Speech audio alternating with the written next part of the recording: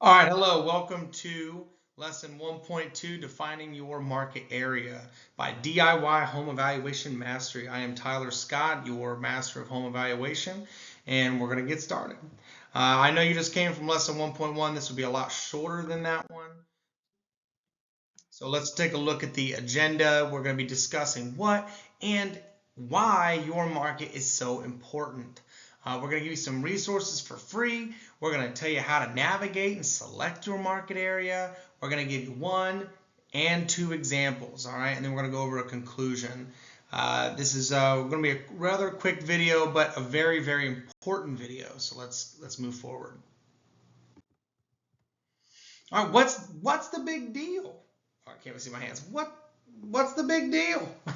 So, defining your market is just as important as defining what type of home you have. Okay, I say that right there. Why? All right. So if I have a home that is a Cape Cod, I cannot value that home with colonials unless it's like right next door. Why is it right next door an exception? Why is the same street an exception? Because of your neighborhood.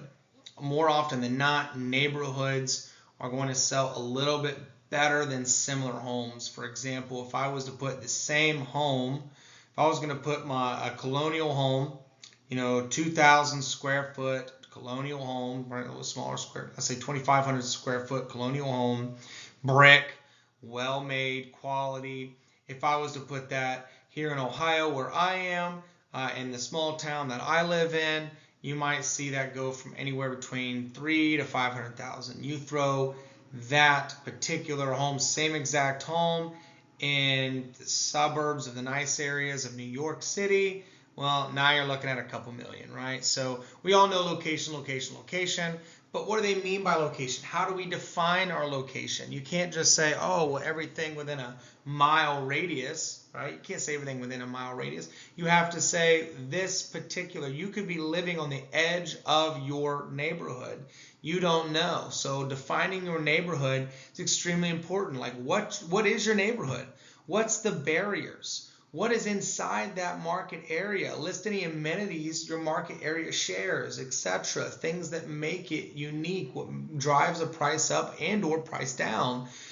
Real estate appraising or home evaluations are not about delusioning yourself from, hey, the reality. You don't want to say, man, I really want 700,000. I really need 700,000. And then the numbers are telling you 580. That doesn't mean you go list it for $699. All right, that's not what you do.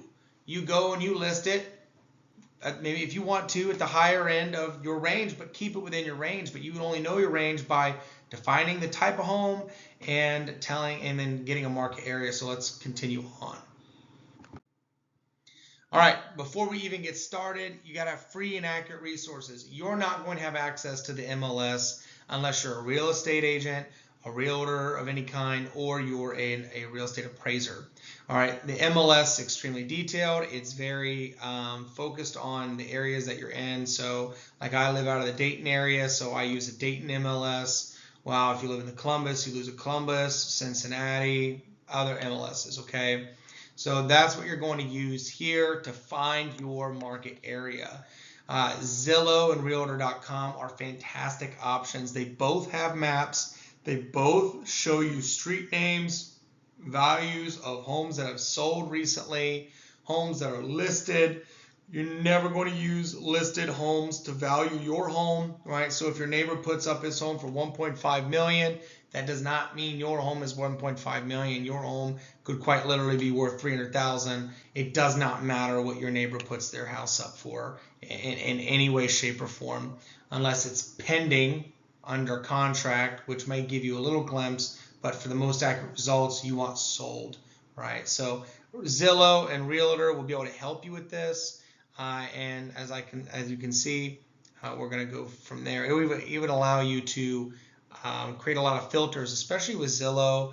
Very user friendly, moving around, showing you, hey, you only want 12 months or this and that. So, but anyway, we're going to move on. Those are your free accurate resources.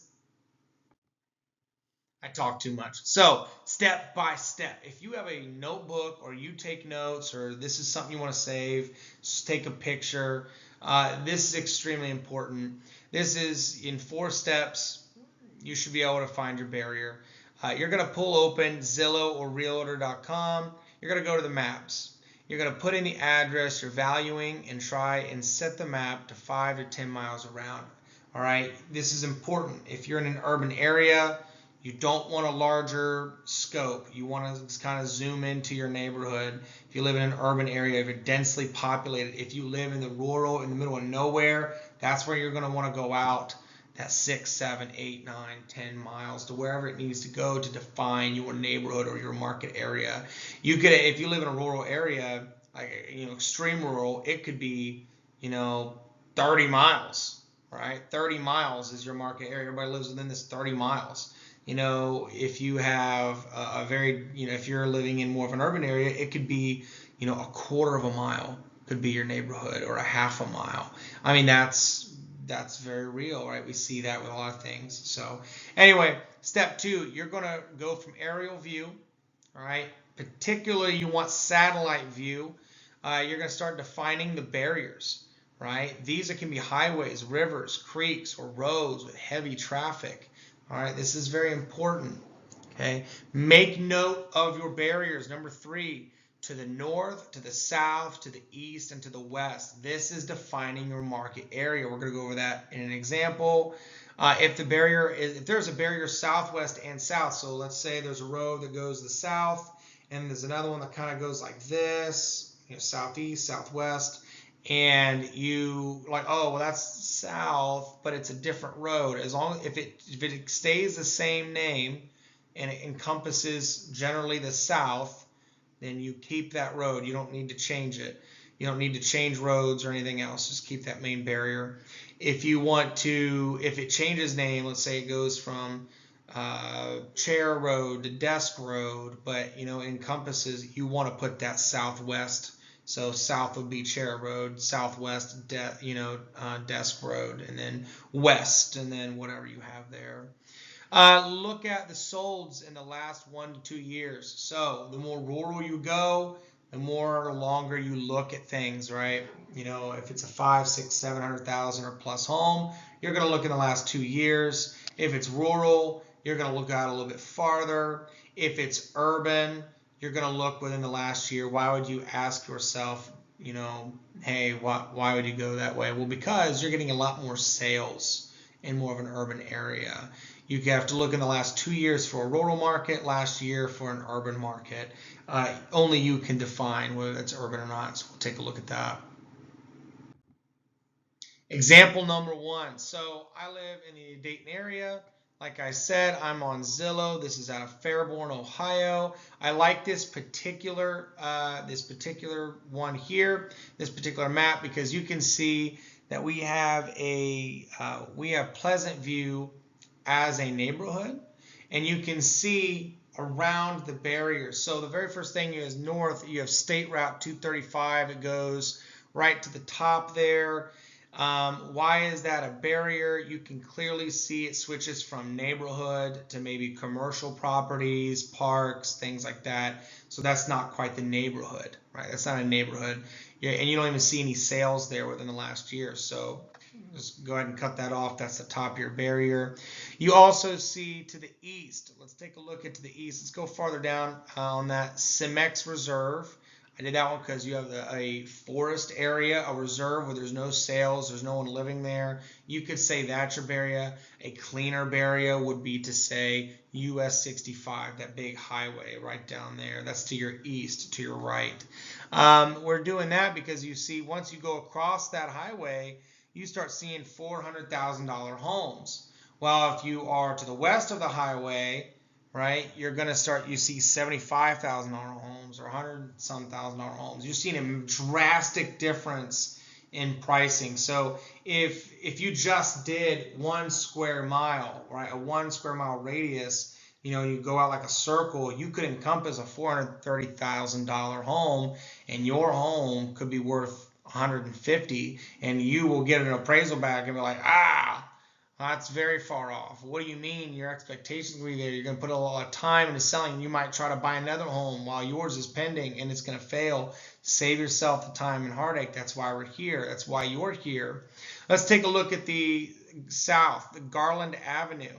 Garland Avenue comes right across the center of the map highway there and goes around. I create that barrier there because there's no sales south of that barrier within our limitations for the neighborhood. Now, there is a potential south of Yellow Springs Road. If you look at the bottom left corner, you can see the road. It kind of encompasses more, but there's no more sales there.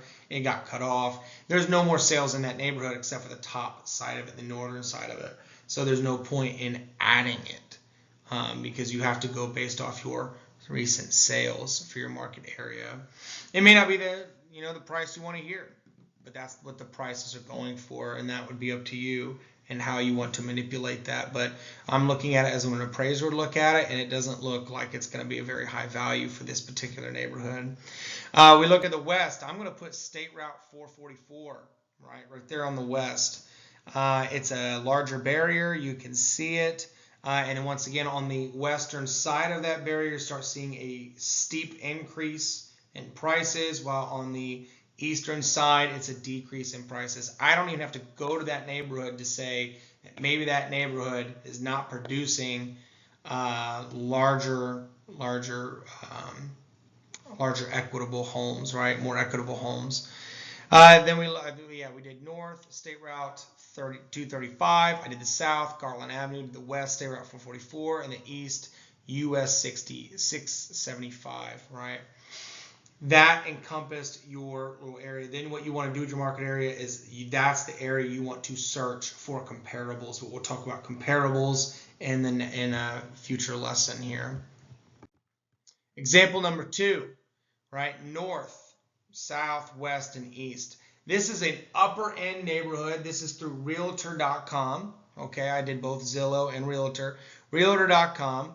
This is a very up-end neighborhood. If you look into the map there, you're going to see $1 million home or $1.some million home. And then right to the east of State Route 72, you see a drastic decrease, almost $1 million or more in price. And look how close they are together, right? This encompasses huge barriers. And this is why Springfield's great for this. Those $1 million homes are on a golf course, on an elite golf course. You would not be able to compare your $200,000 home to a $1 million home, even if it's a half a mile away. Once it crosses State Route 72, on this particular model, in this market area, you are now in a different world, right, for value. So I would not be able to use anything to the east because that would significantly decrease my property's value if I did that. To the north, I'm looking at Eagle City Road because it kind of cuts off. It's done. There's no more golf of that area, no more golf neighborhoods. To the west, I used State Route 68. I could have used the road that went alongside it. Quite literally does not matter because there's no homes in between those two roads. So you can use whatever you wish. It's the same. It's going to have the same result. And then to the south, East Home Road. You see East Home Road. If you zoom in on the south, you drop from the $1 million home range, $800,000 home range to the $430 home range, right? $450 home range. And that's still, you might say, that's still a very, very significant drop, especially to a seller who's saying, why is my home not worth $1 million? My neighbors are. Well, 450 is not bad either. Well, that is pretty bad. That's $500,000 and some change less than what they're looking for. So this particular neighborhood is able to sell in the millions, even though it shares a direct border with homes that are in the 200,000s or less to the east. So this is a perfect example of what we can do with Realtor.com and Zillow. That is the synopsis there of what you do on how to build your market area. I hope you learned a lot here. We're going to continue on. We're going to have a quiz on our next module. We're going to try to retain the information you're getting and be back for more because it only builds from here. Our whole thing is building. Lesson 1, lesson 1.1, 1.2, boom, boom, boom. By the final exam of this lesson, you should be essentially a quarter of the way there. So anyway, you have a good night or a good day or good morning wherever you're at. And thank you so much for checking out DHVM School by Tyler Scott. Thank you so much.